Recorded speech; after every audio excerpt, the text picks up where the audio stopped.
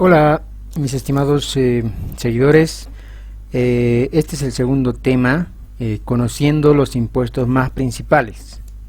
Ya, por lo tanto, vamos a analizar los tres impuestos más importantes que tienen normalmente los negocios, que es el impuesto al valor agregado, el impuesto a las transacciones y el impuesto a las utilidades de las empresas. ¿Ya? El primero, el IVA, es un impuesto sobre un valor agregado, ¿no? Que quiere decir que se va a pagar generalmente por un valor que yo le voy a agregar a lo que yo estoy vendiendo o al servicio que estoy prestando, por ese porcentaje del valor agregado. El impuesto a las transacciones es un impuesto más general y más sencillo. Se paga sobre todos los impuestos, o diré, perdón, sobre todos los ingresos que yo haya obtenido, un porcentaje determinado.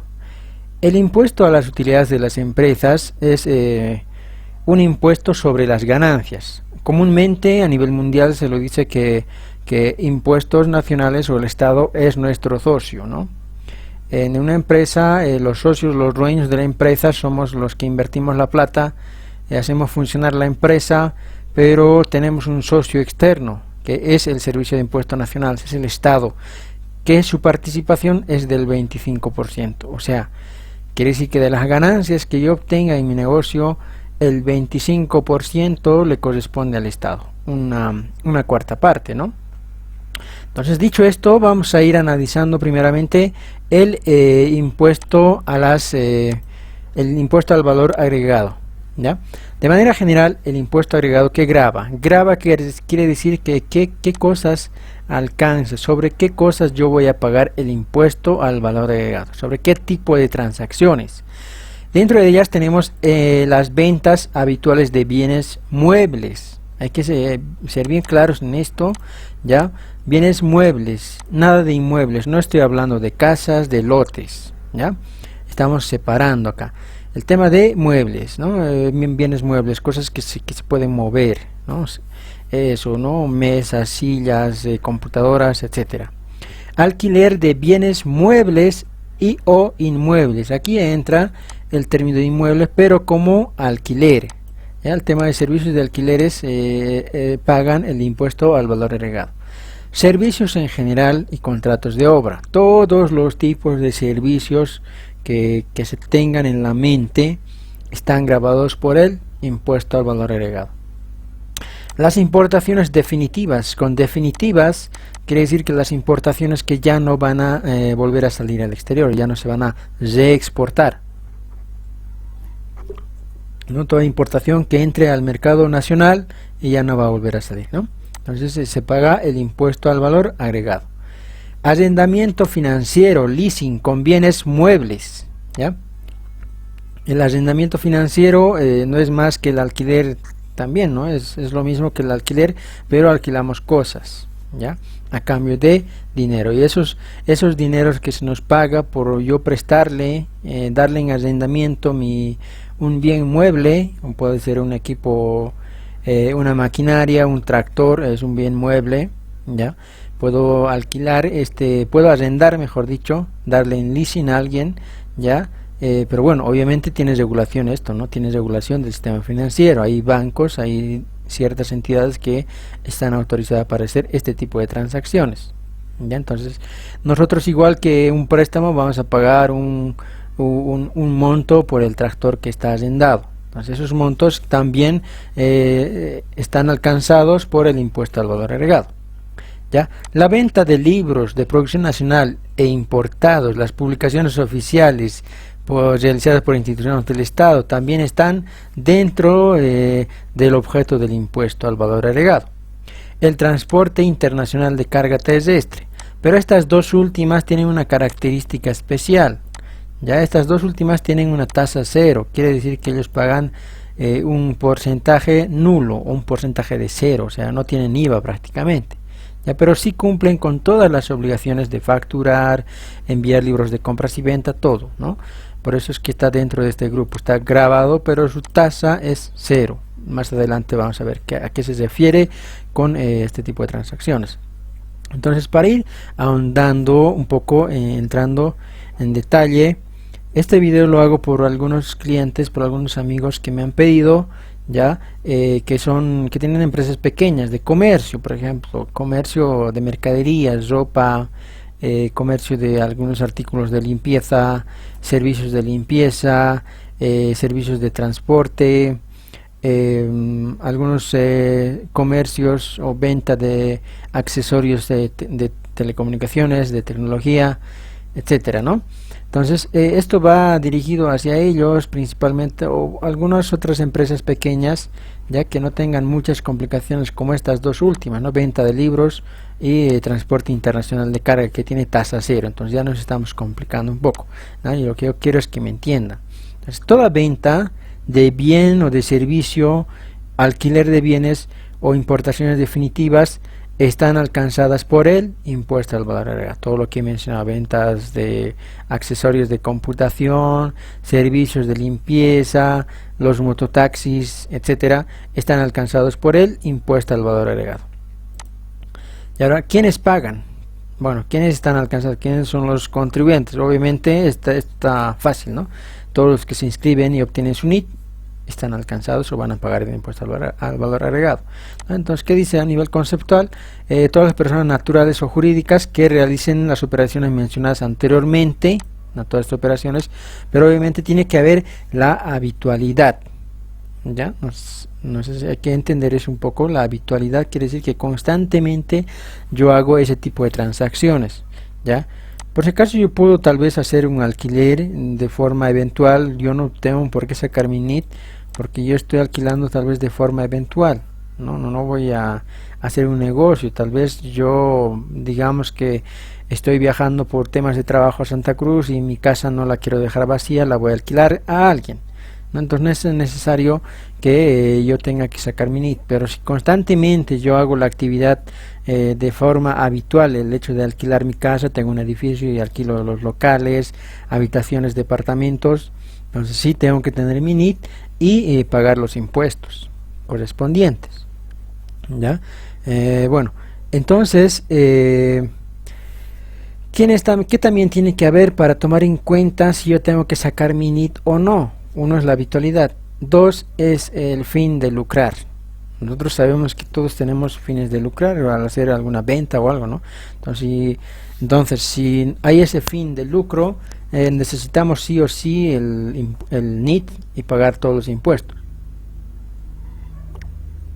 En ese marco también entra el hecho de que si yo tengo una oportunidad de negocio importante con el Estado o con alguna empresa y estas me piden que les facture, bueno, ahí hay una oportunidad de negocio y habrá que ver costo-beneficio para ver si yo me saco mi NIT y empiezo a facturar, ¿no? Y por qué tiempo voy a facturar, etcétera, ¿no? Eso también puede ser un aliciente para que uno pueda tener esta obligación de pagar el impuesto al valor agregado. Ya, el hecho imponible, aquí llamamos hecho imponible. Entonces, hecho imponible quiere decir cuándo, en qué momento es que yo tengo que pagar el impuesto al valor agregado. ¿En qué momento? O sea, yo ya tengo mi NIT, tengo mi talonario de facturas o mi sistema de facturación, sistema de ventas, qué sé yo, ya, pero ¿en qué momento es que yo debo pagar el IVA? ¿Ya? El IVA tiene mucho que ver con las facturaciones. Entonces, al momento de yo facturar ya me estoy generando la obligación de pagar el impuesto al valor agregado. Entonces, en resumen, hecho imponible quiere decir en qué momento yo voy a facturar por mi servicio, por mi venta de bienes, por el alquiler, por la importación definitiva. A ver, vamos a analizar cada caso. En la venta de bienes es al momento de la entrega del bien o acto equivalente que suponga una transferencia de dominio. Bueno, al momento de entregar yo el bien con todos sus derechos y obligaciones, más claramente, ¿no? O sea, cuando yo le entrego un bien, si yo estoy vendiendo ropa, ya en la tienda, es mi tienda, ya, yo le entrego el bien y al momento de entregarle tengo que entregarle también su factura. Me paga, se fue y ahí acabó, ¿no? Ahí acabó y ya se emitió la factura, ya se generó la factura, ya se ha generado el hecho imponible en el momento de la entrega del bien o acto que suponga lo mismo. Y aquí hay una confusión, ¿no? En muchas ferias a veces hacemos adelantos, ¿no?, para comprar algo. Por ejemplo, tal vez algún libro no, quizás, ¿no?, alguna ropa, algunos autos, algunos equipos. En las ferias nos dicen que dejemos un adelanto de 100 bolivianos o $100, un monto para reservar o para garantizar la compra.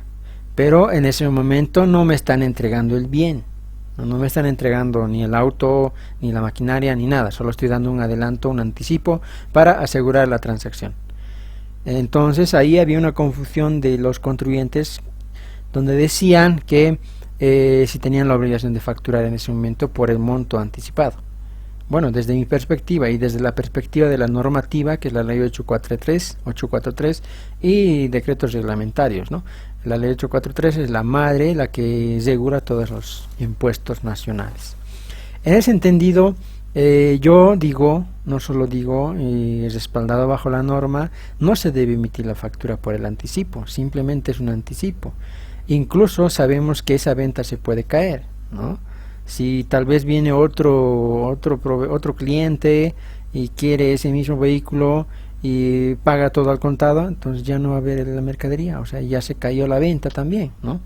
Entonces justamente por esas razones que en el tema de bienes la facturación es al momento de la entrega del bien o acto que suponga la transferencia de dominio, ¿no? Puede que sea mediante un contrato especial, que ya yo haga la entrega del bien y ya no tengo responsabilidad sobre ese bien, ¿no?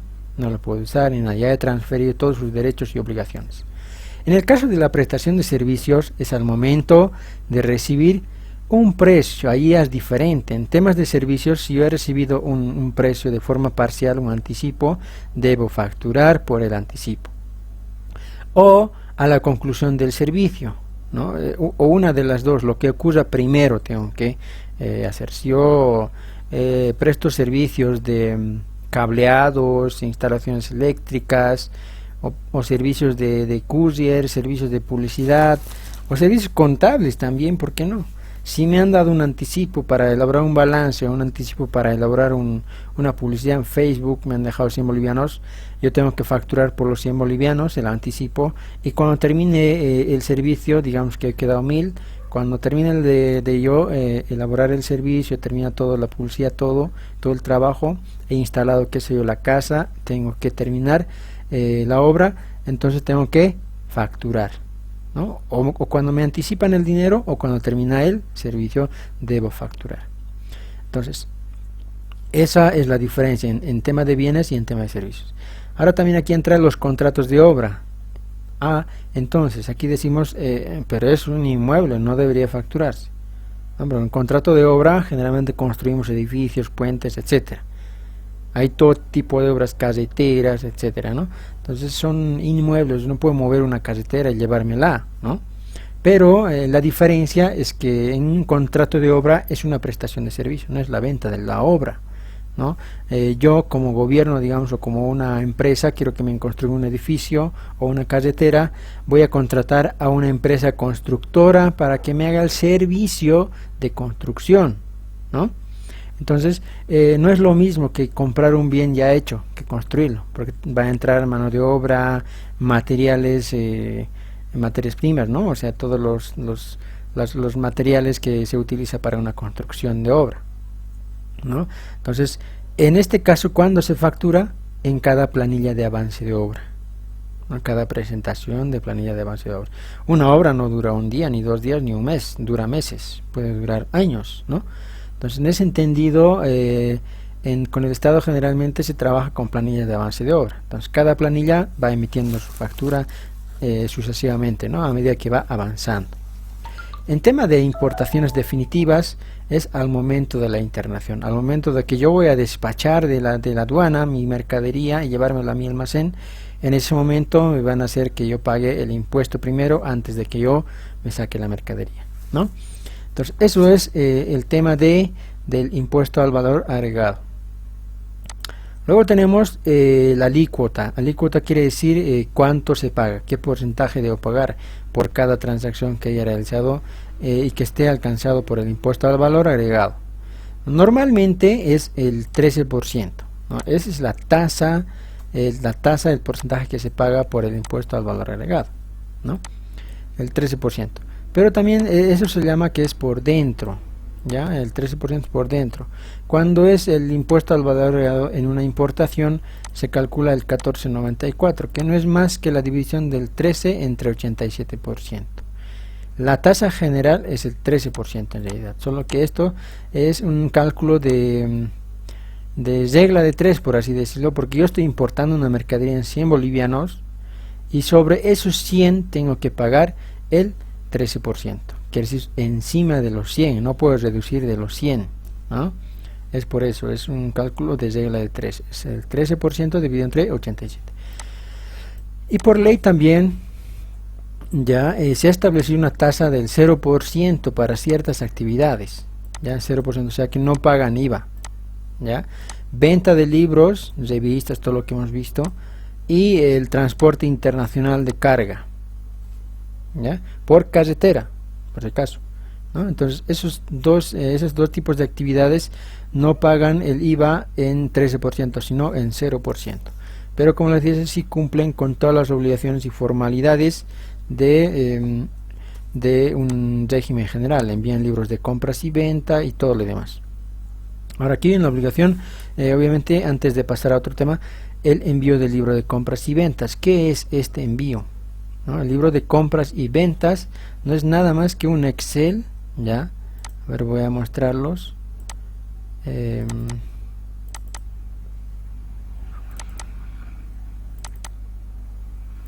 Este es el libro de compras. Y esto es lo que vamos a elaborar un poco después. Bueno, aquí tenemos un detalle de las facturas de compras que yo he tenido en el mes, ¿no? Un detalle. Obviamente tiene su orden, tiene sus columnas, pero ¿qué vemos a primera vista? Es una copia de las facturas de compras. Su NIT, la fecha de emisión, el nombre, el número de factura, código de autorización, montos, descuentos, el IVA, su código de control, etcétera. Entonces es un detalle de todas las compras y todas las ventas es lo propio, solo que es otro archivo, ¿ya? Entonces, en ese entendido, eso es lo que se va a reportar cada mes. El IVA se paga en el formulario 200, ¿ya? ¿Y cuál es el plazo? El plazo es según a la terminación del NIT, el número de NIT. Nosotros tenemos un NIT que en las empresas unipersonales es el número de carnet y le adicionan 3 dígitos, ¿no? 010, 013, 011, 012, 013, 0... Bueno, le adicionan 3 dígitos, ¿no? Y los últimos dígitos son los que determinan el vencimiento de nuestros impuestos, ¿ya? Si nuestro NIT termina en 0, ¿ya?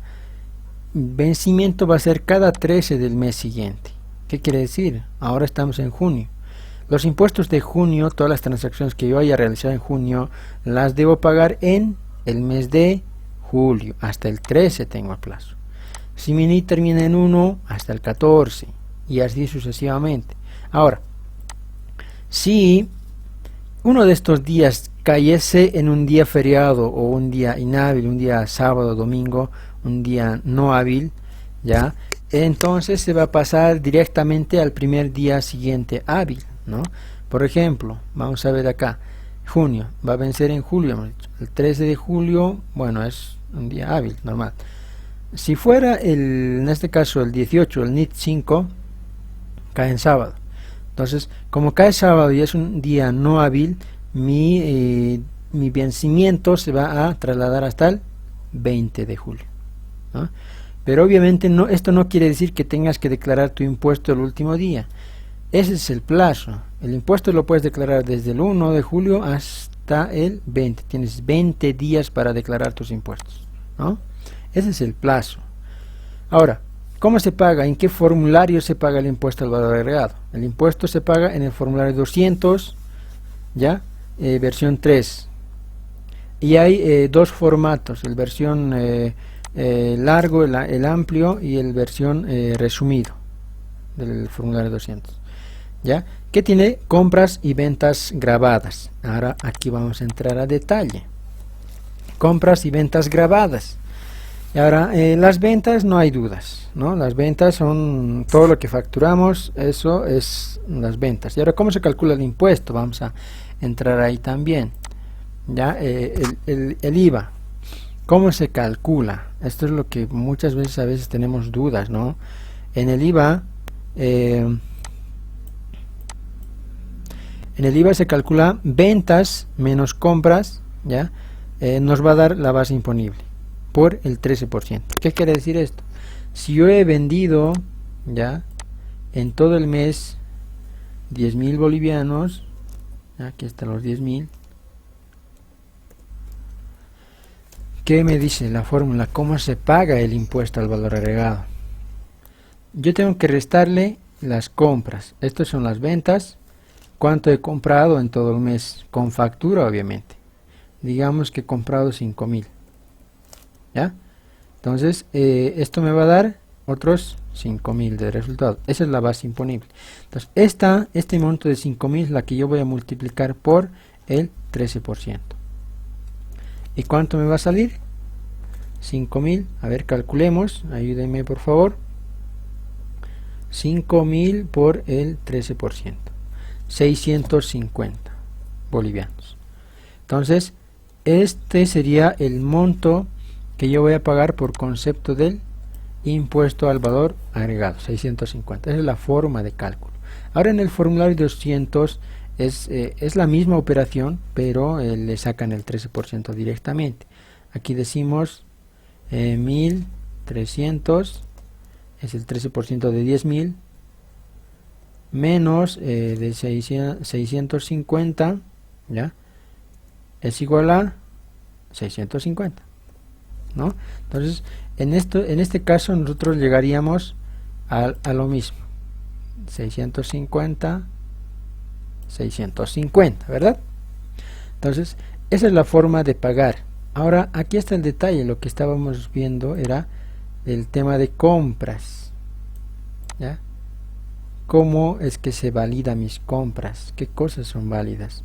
Porque acá hemos hablado de compras, ventas grabadas, compras vinculadas a la actividad, ¿ya? Todas estas compras tienen que estar vinculadas a la actividad. Bueno, o le pondremos mejor vinculadas al negocio, ¿ya? Y vamos a entrar a algunos ejemplos. A ver, si mi negocio es de mototaxi, ya, a ver qué gastos, qué compras voy a tener cada mes, ¿no? Combustibles, ¿no? En combustibles, a ver, qué requerimientos hay. Obviamente mi factura tiene que estar a mi nombre, al nombre del titular del NIT y el número de NIT, ¿no?, del contribuyente. Eso es regla general. Además que la factura tiene que ser original, ¿no? Original, legible, no tiene que estar borroso. Algunas estaciones de servicio emiten las facturas con un papel químico que se borra y pues no sirve, digamos, no se borra y ya no hay la factura, se perdió, ¿no? Entonces habría que tal vez pedir a esa empresa que nos lo vuelva a imprimir otra factura o finalmente denunciarlos ya, ¿no? Eso es en caso de combustibles.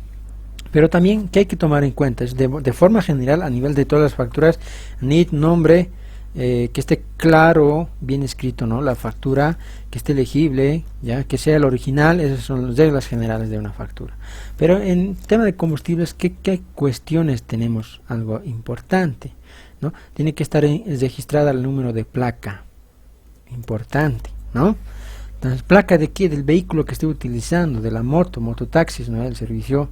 Entonces, en la placa tiene que estar registrada también a nombre del NIT, ¿no? O sea, en el RUA tiene que estar con el NIT de tu negocio. O mínimamente, pues, al nombre del titular del NIT, no tiene que estar la moto, no puede estar a otro nombre, para que sea válido los gastos, ¿no? ¿Cómo se vincula al negocio estos gastos? Primero, viendo de que el vehículo esté a nombre del titular.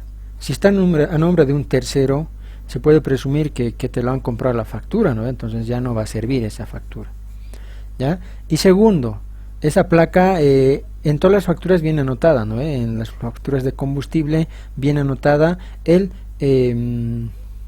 número de placa y tiene que estar a nombre del titular del NIT.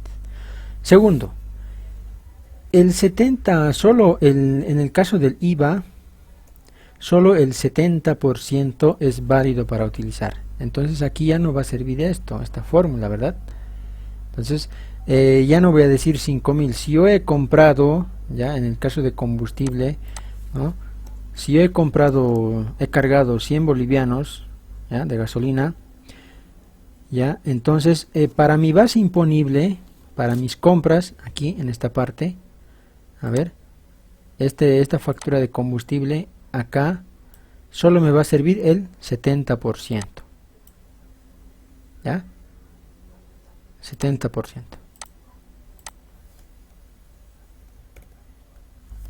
No me va a servir el 100%. Así que quiere decir esto, que yo voy a anotar aquí 70 en vez de 100. Entonces va a ser menos. ¿Por qué? Porque el Estado, bueno, ha quitado un poco la subvención. No sé si se acuerdan, hace años había convulsiones por el tema del gasolinazo en el gobierno de Evo Morales. No había gasolinazo tanto, pero ha habido un incremento ligero en el precio. Creo que ha aumentado 50 centavos, si no me equivoco. Pero ha habido convulsión social, etcétera, ¿no? Entonces el Estado ha declinado esa posición y ha dicho, ¿sabes qué? Mejor le vamos a rebajar el IVA. Ya no van a poder utilizar el 100% de su compra, sino solo el 70%. Entonces, de estos 100 que yo tenía que utilizar como compra, solo voy a utilizar 70 bolivianos. Ahora, ¿qué otras compras tendríamos vinculadas? Servicios básicos. Pero obviamente tiene que estar vinculado a la actividad, ¿no? O sea, a mi negocio. Si es mototaxi, tendría que ser, pues, tendrá que tener por lo menos una oficina, ¿no? Donde tenga que utilizar luz, agua, generalmente esos son servicios esenciales. Internet, tiene que comunicarse, pues, por internet, ¿no? ¿Con quién más se va a comunicar? Cualquier otro negocio siempre necesita esos 3 elementos mínimamente de servicio básico, ¿ya? Ahora, en tema de luz, en temas de servicio básico en general, ya aparte de lo que ya habíamos hablado de normas generales, es de que uno tiene que estar a nombre del NIT, etcétera, ¿no? Pero en temas de servicios básicos esto puede variar. Puede estar a otro nombre, ¿ya? Puede estar a otro NIT, pero lo que no puede estar es otra dirección.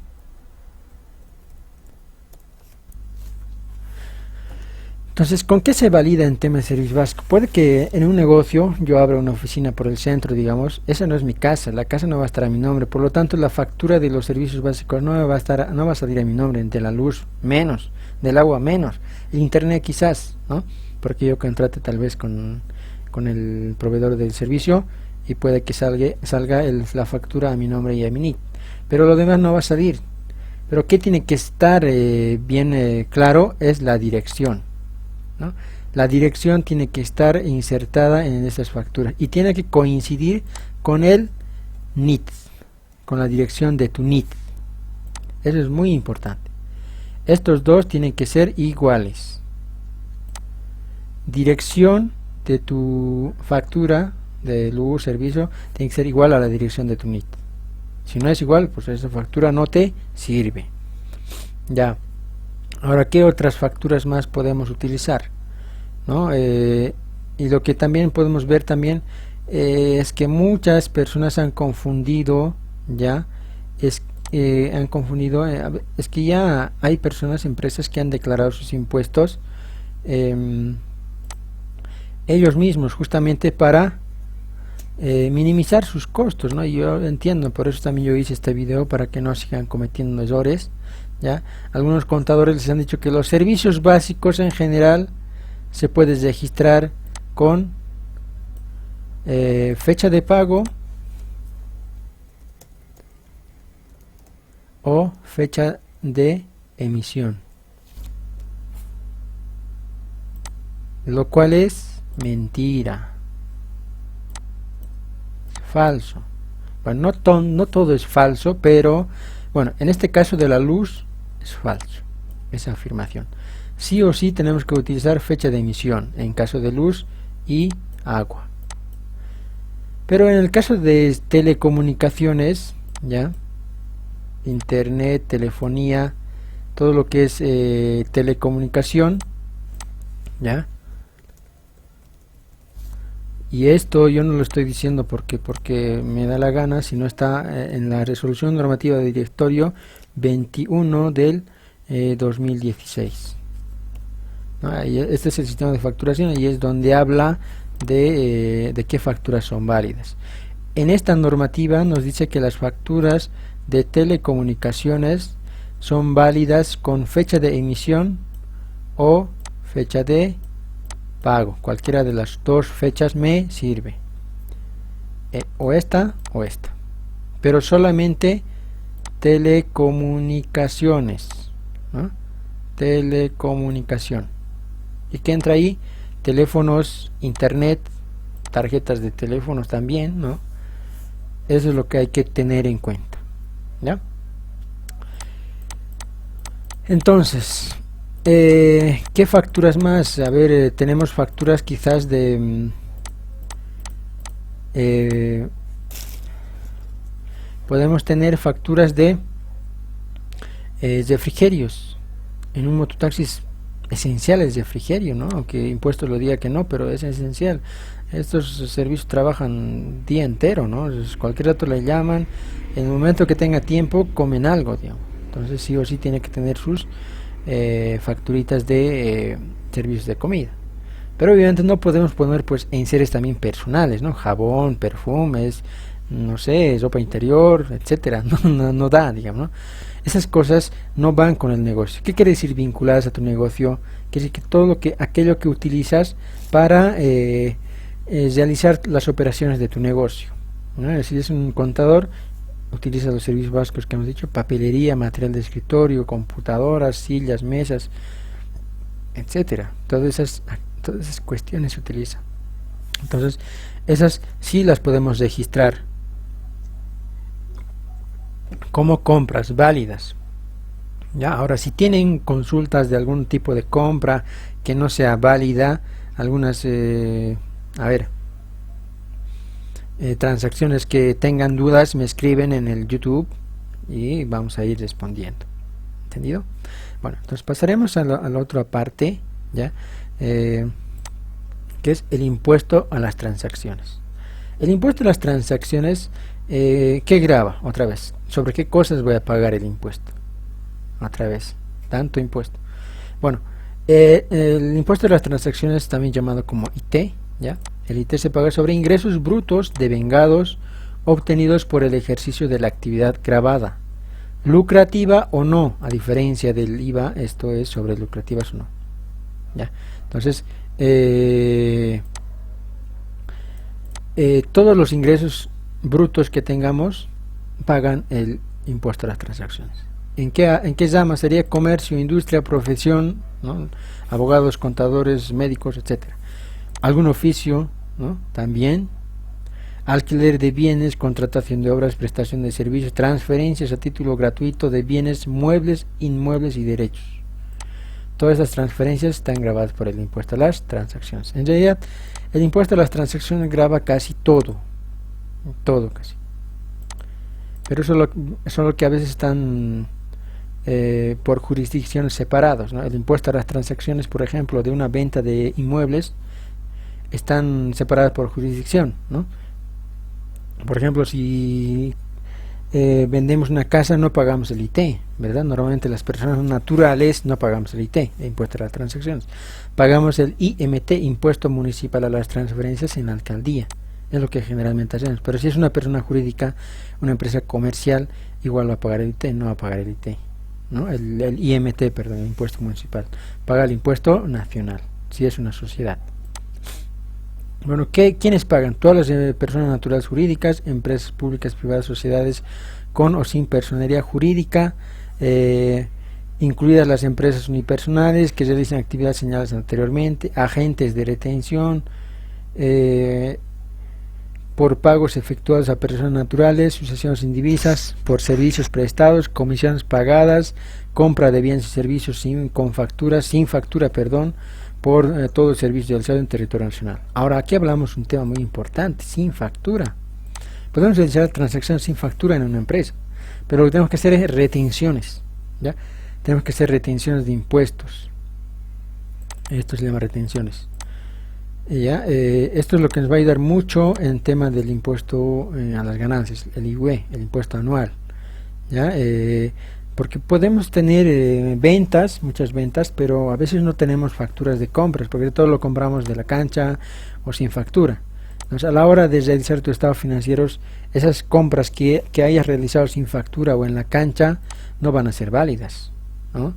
Entonces vas a tener como que mucha ganancia y vas a tener que pagar el 25% de esa ganancia, ¿no? Y lo que puedes hacer es retenciones, ¿no? Y esto obviamente es tema de asesoramiento técnico. Tienen que asesorar con un contador, ¿no? Cómo lo pueden hacer, porque ya es un tema de análisis, ¿no? Y pues necesitan asesoramiento de un contador, ¿no? Del tema de retenciones. Bueno, luego tenemos el hecho imponible. ¿Cuándo se genera? ¿En qué momento? En inmuebles, al momento de la firma de la minuta o documento equivalente, pero esto hemos dicho que tiene que ver mucho con la jurisdicción, si es nacional o municipal. Otros bienes en el momento de la facturación o entrega del bien. Contratos de obra en el momento de la aceptación del certificado de obra o planilla de avance. Es casi lo mismo que el IVA. En servicios al momento de la facturación total o parcial. En intereses al momento de la facturación o liquidación. Facturación, ¿por qué hablan, no? O sea, el interés no te factura en la banca, pero si hay una persona natural que no está en el sistema financiero, tiene que facturar sus intereses, ¿no? Arrendamiento financiero al momento del vencimiento de cada cuota, ¿ya? En transmisiones gratuitas al momento de la percepción del hecho, al momento de que yo haya recibido el bien de forma gratuita. ¿Cuál es la alícuota? El 3% sobre los ingresos brutos de forma mensual. ¿Y qué formulario es? El 400. Sencillo. Este impuesto es súper sencillo. No es más que aplicar de la siguiente forma, ¿no? Aquí decimos de estos mismos 10.000, ¿ya? El formulario lo multiplicamos por el 3%. Y eso va a ser igual a 300. ¿Vale? Sí, eso es 3%. A ver.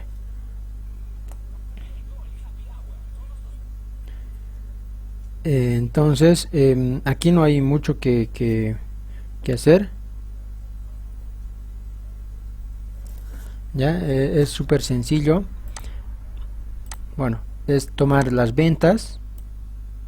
Aquí. ¿No? Estas ventas de aquí. Por el 3%. Y este es el impuesto que hay que pagar. Ahora, más adelante lo vamos a ver con el tema del IVA. Se puede también compensar. Aquí hablamos de un tema de compensación. Ventas menos compras y pagamos. ¿Por qué se hace esto? Porque el impuesto IVA es el valor agregado. Es sobre el valor agregado. Nosotros hemos comprado esto y estamos vendiendo a 10.000. Eso quiere decir que estamos pagando impuestos sobre ese valorcito que le hemos agregado nada más. Y es el 13%. Por eso es que se hace una compensación. En cambio el IT es un impuesto directo, ¿no? Directamente se pone el 3% y pagas el monto. El IVA es también un poco complicado, difícil. Obviamente esto lo vamos a ver, pero tiene características técnicas contables. Ya es necesariamente lo tiene que hacer un contador. Ya no lo pueden hacer personas naturales, ¿no? Porque se pueden equivocar. Es muy complicado. ¿Ya? Entonces vamos a entrar un poquito a ello. El vencimiento para el impuesto a las transacciones es lo mismo que el IVA, según la terminación del NIC. ¿Ya? Y entrando al tema del impuesto a las utilidades de las empresas, este impuesto grava las utilidades o ganancias. Como les dije al principio, el Estado es nuestro socio por el 25% de nuestras ganancias, ¿no? Entonces, ¿quiénes pagan? Empresas públicas o privadas, unipersonales, profesionales libres, empresas mineras, sistema financiero, etcétera. Hay varias empresas que pagan. Sobre las ganancias, aquí hay que resaltar el tema de ganancias. ¿Y cómo se saca la ganancia? A ver, ¿cómo se determina la ganancia? Ingresos menos gastos. Aquí, ¿qué podemos hacer aquí? A ver, podemos hacer lo siguiente. Aquí podemos hacer, bueno, mis ingresos, después de haber pagado aquí el IVA, sería 8.700. ¿Por qué? Bueno, en estos 10.000, aquí en esta parte, hay dos componentes, ¿ya? Este es el total de la transacción. 1.300 es el IVA y 8.700 sería mi ingreso, ¿ya? El 1.300 es el impuesto, 8.700 sería mi ingreso, este ingreso de acá. Este ingreso sería 8.700, ¿ya? Y mis compras, lo propio, ¿ya? De 5.000, el 87%, que sería 4.350. Entonces digo aquí menos 4.350. Y mi ganancia sería, a ver, 8.700 menos 4.350,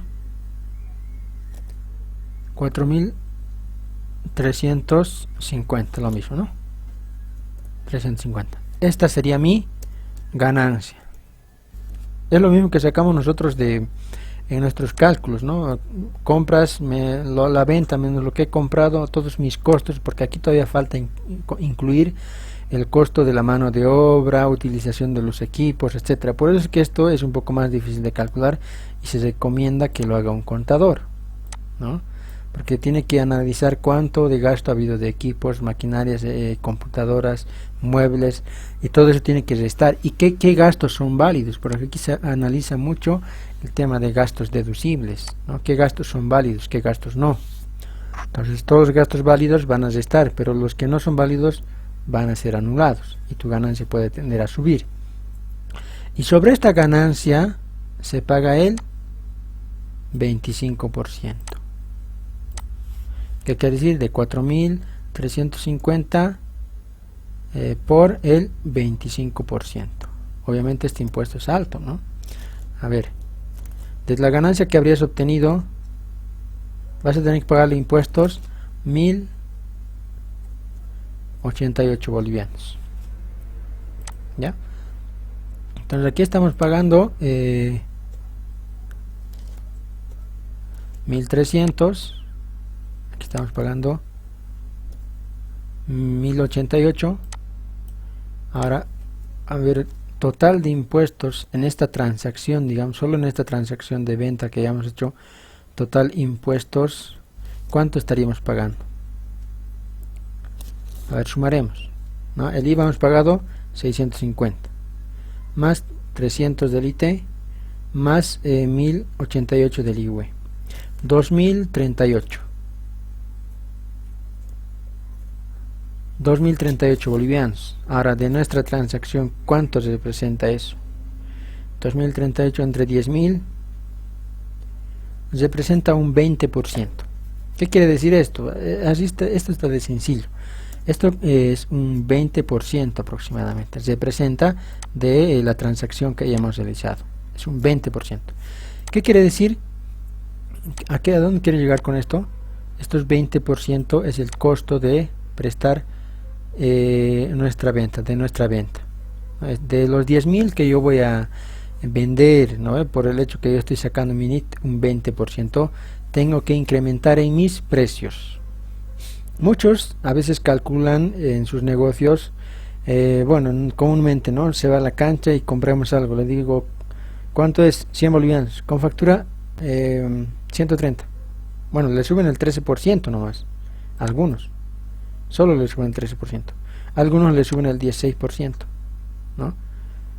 Pero lo real debería ser mediante un cálculo que ustedes realicen, ¿no? Porque puede ser que esto, en temas de servicios siempre es alto el porcentaje del impuesto. En temas de bienes puede ser menos. ¿Por qué? Porque tenemos facturas de las compras, ¿ya? Pero en servicios no. Entonces es un poquito alto. ¿Ya? Entonces este cálculo deberían hacer, ¿no? En su flujo, en su negocio, para determinar cuánto van a sacar, cuánto tienen que aumentar cuando les pidan con factura. Bueno, yo no estoy fomentando a que no emitan factura, pero normalmente se ve eso, ¿no? Y a lo que se ve hay que decirlo nomás. Entonces se tiene que aumentar a veces un poco más. Entonces, yo les decía a muchos de mis clientes, si alguien te aumenta el 13% en tu factura o menos, aceptale, ¿no? Aceptale y pedirle con factura. ¿Por qué? Porque te va a beneficiar a ti con un 13% y también te va a beneficiar en tus gastos del IUE. Porque si va a estar facturado, te va a ser válido para tu IUE, va a aumentar tu gasto y va a disminuir tus impuestos, ¿no? Va a ser más real, ¿no? Es lo que queremos llegar, a ser real. Va a ser real este gasto con facturas o con retenciones, ¿ya? Entonces, por eso es que es un poco más complicado el tema del IUE y todavía no estoy entrando al tema de la compensación, ¿no? En el tema de la compensación,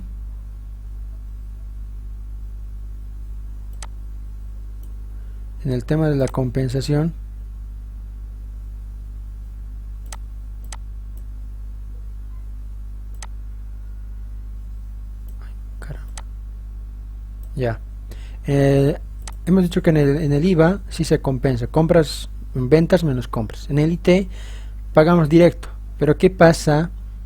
Como en este caso hemos pagado un impuesto de 2038, ¿verdad? Esto también se puede compensar con el IT. Ya, entonces podemos compensar esto con el impuesto a las transacciones.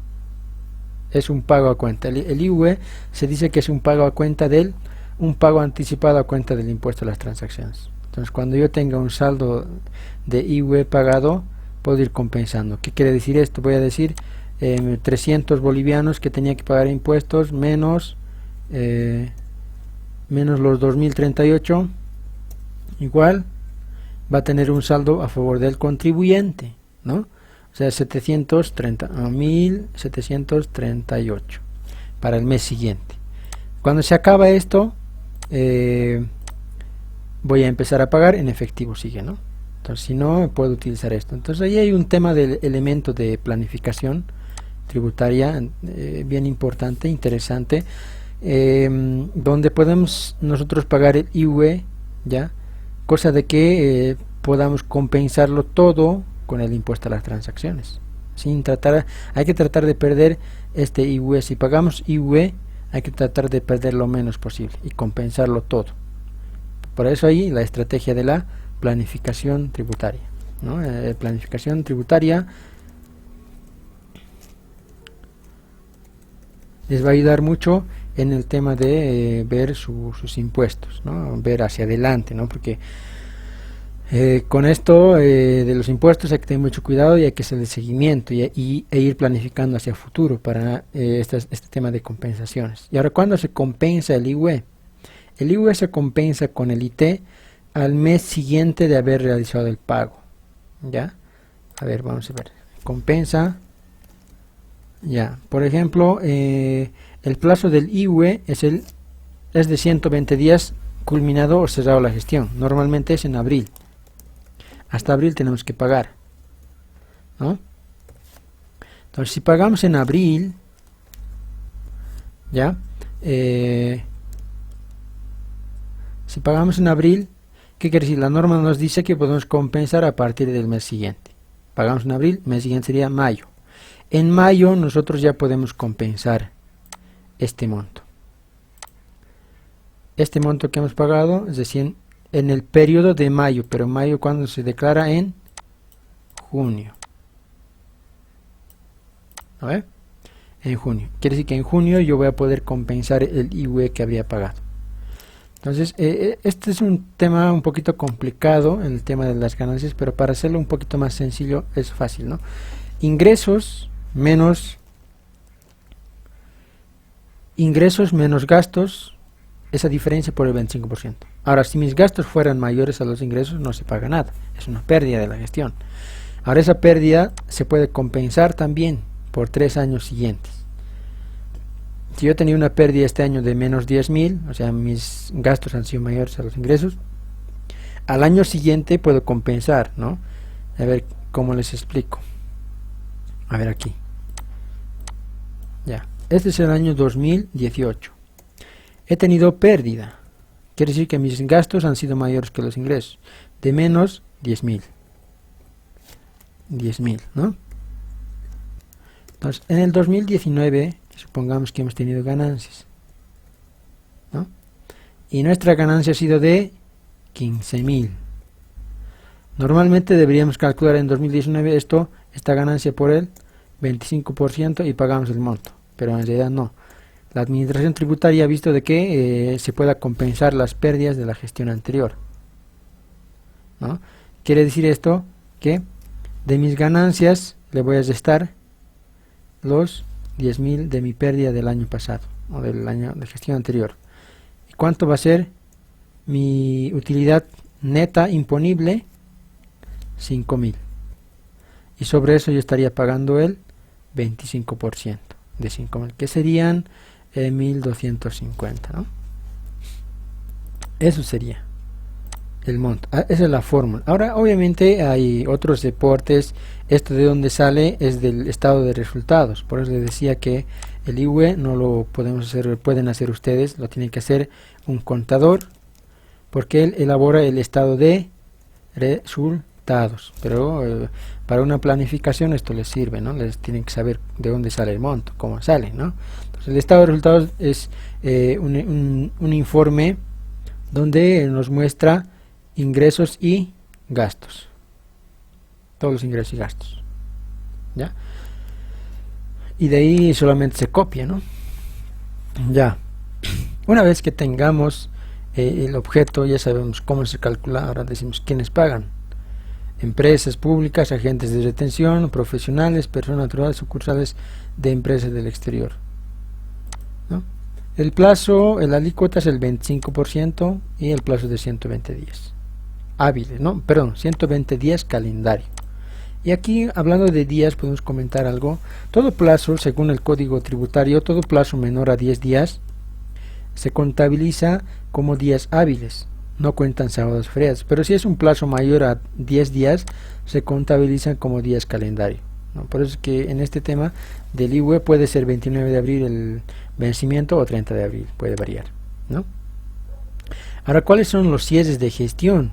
¿No? Porque hay empresas que cierran el 31 de diciembre, la mayoría que está en banca, seguros, comercio, servicios, ¿no? En ese rubro de actividad están casi la mayoría. Luego tenemos el 31 de marzo, el cierre, las empresas industriales, manufactureras, petroleras. El 30 de junio, las gomeras, castañeras, agrícolas, ganaderas, agroindustriales. Y el 30 de septiembre, las empresas mineras cierran su gestión. ¿Qué quiere decir esto? Que del 1 de enero de cada año hasta el 31 de diciembre, las empresas de servicio, comercio y seguros cierran sus estados financieros, sus informes anuales para determinar el IVE. Por eso es que les decía, el contador elabora esto, ¿no? Ahora, ¿en qué formulario se paga? Normalmente es en el formulario 500, ¿no? Todos los obligados a llevar registros contables. El 605 es para la remisión de estados financieros. Aquí es un tema muy técnico porque los estados financieros que emite el contador se los envía también en forma digital por este formulario. Tenemos el 520 para aquellos contribuyentes que no están obligados a llevar registros contables, que no vamos a entrar en el tema. Estos otros no, ni los vamos a tocar, ¿ya? Porque no corresponde a este curso. Bueno, después tenemos una regla general. Habíamos hablado del tema de los gastos deducibles. Todo gasto en el impuesto a las utilidades tiene mucho que ver en el análisis en el tema de los gastos, el tipo de gastos que son válidos. En el IVA habíamos visto que las compras tienen que estar relacionadas, factura original, etcétera. En el IVA es lo mismo, tiene que haber la factura original, tiene que estar relacionado a la actividad, ¿no?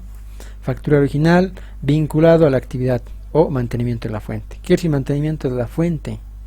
¿No? O sea, si yo presto servicios de mototaxi, le decía, la alimentación es mantenimiento de la fuente. Si el mototaxista se muere o se enferma, pues adiós, digamos, ¿no?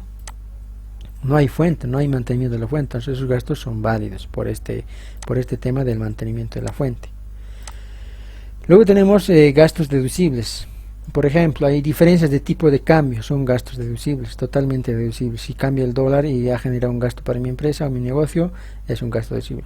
Depreciaciones son deducibles. Depreciación, que es en términos no contables. Todo es el desgaste, el uso de cada bien, de equipos, tractores, motos, vehículos, cualquier tipo de vehículo, computadoras.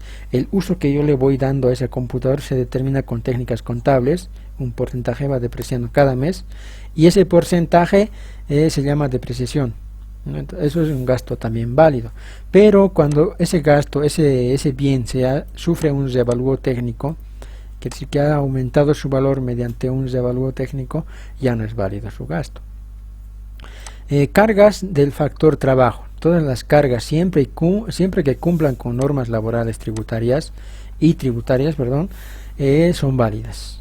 Quiere decir que tiene que estar registrado en el Ministerio de Trabajo, pagar sus aportes, pagar sus impuestos de cada empleado, entonces son válidos.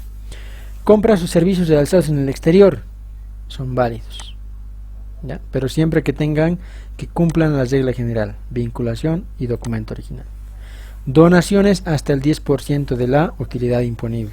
Las empresas podemos donar, incluso podemos donar para el tema de deporte, material escolar, salud para nuestros trabajadores, ¿ya? Pero no pueden superar el 10% de la utilidad imponible, ¿ya? Utilidad imponible se llama a esto, al ingreso menos los gastos, es la utilidad imponible.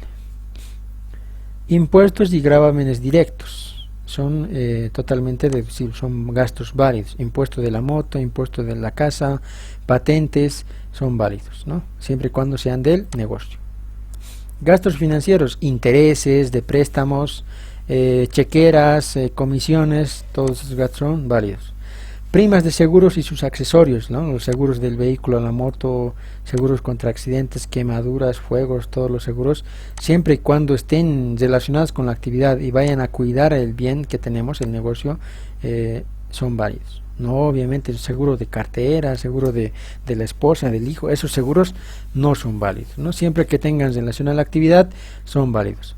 Las cuotas de arrendamiento financiero, hablábamos de un arrendamiento financiero como un alquiler de maquinaria, ¿no? Ejemplo, esas cuotas que pagamos son gastos válidos. Pérdidas hasta por tres gestiones o 5 para emprendimientos productivos. Hablábamos de esta pérdida, de esta compensación. Podemos tener pérdidas por 3 años y esos 3 años los podemos ir compensando. A eso se refiere. ¿Ya? Entonces ahí terminaríamos lo que es los 3 impuestos más importantes. ¿Ya? Y si tienen alguna duda, vuelvo a recalcar, no duden en escribir. Tienen mis datos acá, el Facebook, WhatsApp, la dirección, etcétera, y podemos ponernos en contacto vía teléfono, correos, etcétera, para una mejor comunicación y poder absolver las dudas correspondientes. Dicho esto, pues muchas gracias por su atención, espero no haberlos cansado y pues hasta la otra oportunidad. Gracias.